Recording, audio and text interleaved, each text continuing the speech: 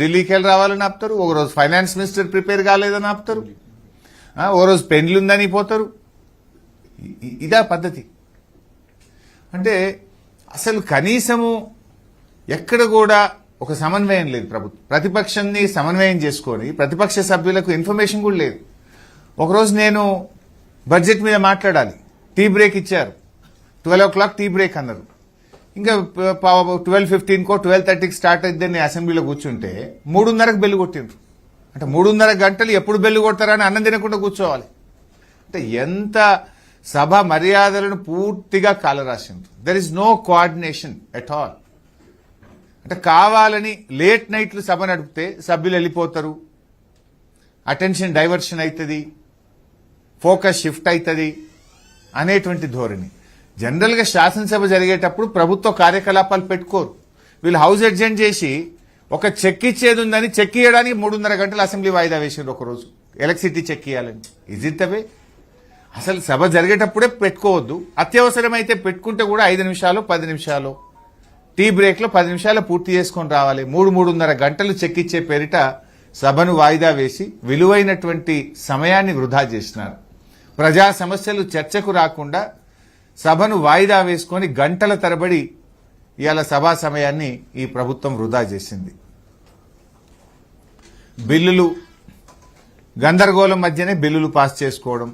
ప్రధానమైన ప్రతిపక్షం బీఆర్ఎస్ పార్టీని 2 రోజులు సస్పెండ్ చేసి అనేక బిల్లులు అనేక పద్దులను కూడా గెలటిన్ చేసి చర్చ లేకుండా పాస్ చేసుకున్నారు. కావాలనే ప్రధానమైనటువంటి ఇరిగేషన్ 2వ రోజు ఉంటే దాన్ని చివరి రోజు పెట్టి మమ్మల్ని సస్పెండ్ చేసి చర్చకు రాకుండా బిల్లు పాస్ చేసుకునే ప్రయత్నం చేసినారు.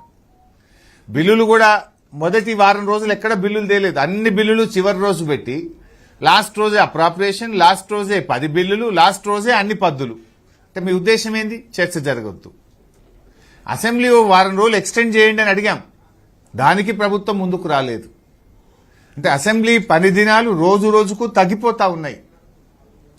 ఆ హేట్ స్పీచ్ బిల్లు తెచ్చి లాస్ట్లో పెట్టిండ్రు. అనేక విమర్శలు రావడంతో తోక ముడిచిన పరిస్థితి. మేము ఏదైనా ఇష్యూస్ ప్రజా సమస్యలు మేము ప్రస్తావిస్తే పద్దులున్నాయి కదండి, పద్దుల మీద మాట్లాడండి అంటారు. పద్దులుంటే మరి చర్చ జరిగిందా? పద్దులన్నీ లాస్ట్ రోజు పెడితే గెలిటిన్ చేసుకొని పోతుంది. ఏదైనా పబ్లిక్ ఇష్యూ మూసీ మీద మాట్లాడినాము, ఉద్యోగస్తుల డిఏల గురించి పీఆర్సీ గురించి మాట్లాడినాము, ఆర్టీసీని ప్రభుత్వ ఉద్యోగులుగా విలీనం చేసేటువంటి విషయం తెచ్చాము, ఆసరా పెన్షన్ 4,000కి ఎప్పుడు వేస్తారని అడిగాము, మహాలక్ష్మి 4,000 గురించి అడిగాము, 2,500 మహాలక్ష్మి కింద ఇస్తాం ఎప్పుడు ఇస్తారు అని అడిగాం. ఏది అడిగినా పద్దుల మీద మాట్లాడమంటారు. పద్దులేమో చర్చ జరగకుండా గెలిటిన్ చేసుకొని పారిపోతారు. ఇప్పుడు కేరళ ఎలక్షన్స్ ఉన్నాయి, మేము ఆడికి పోవాలి, 30 తారీఖు అసెంబ్లీ ఖతం. అంటే మీ కేరళ ఎలక్షన్ మీకు ముఖ్యం కావచ్చు, ఈ రాష్ట్ర ప్రజలకు రాష్ట్ర శాసనసభ ముఖ్యం. బీఆర్ఎస్ పార్టీకి ఈ రాష్ట్ర ప్రజలు మాకు ముఖ్యం, ప్రజా సమస్యలు మాకు ముఖ్యం. మీరు కేరళ ఎలక్షన్స్ ఉన్నాయని 30 తారీఖు అసెంబ్లీ బంద్ చేసి మొత్తం కేబినెట్ ఇవాళ కేరళకు తమిళనాడుకు పోయింది. Is it the way? మీకు రాష్ట్రం ముఖ్యమా, రాష్ట్ర ప్రజలు ముఖ్యమా, ఈ శాసనసభ ప్రతిష్ట ముఖ్యమా, మీ కేరళ ఎలక్షన్స్ ముఖ్యమా?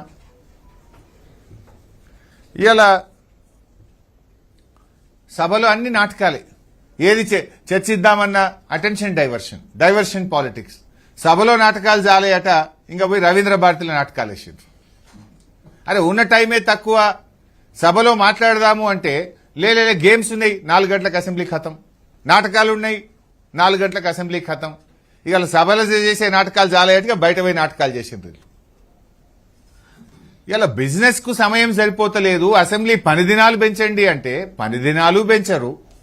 3 గంటలు 4 గంటలు సభను వాయిదా వేసుకొని చర్చ జరగనియ్యరు. ఇంకా ఇది చాలదన్నట్టు ఆటలు నాటకాలు.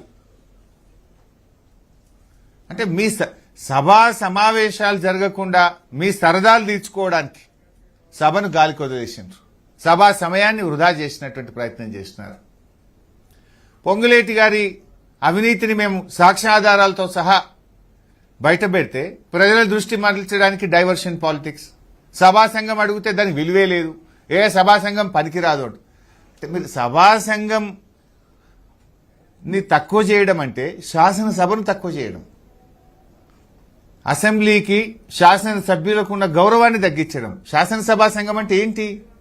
అన్ని పక్షాలతో అన్ని రాజకీయ పార్టీల శాసనసభ్యులతో ఏర్పడేదే శాసనసభా సంఘం. అంటే మీరు శాసనసభ గౌరవాన్ని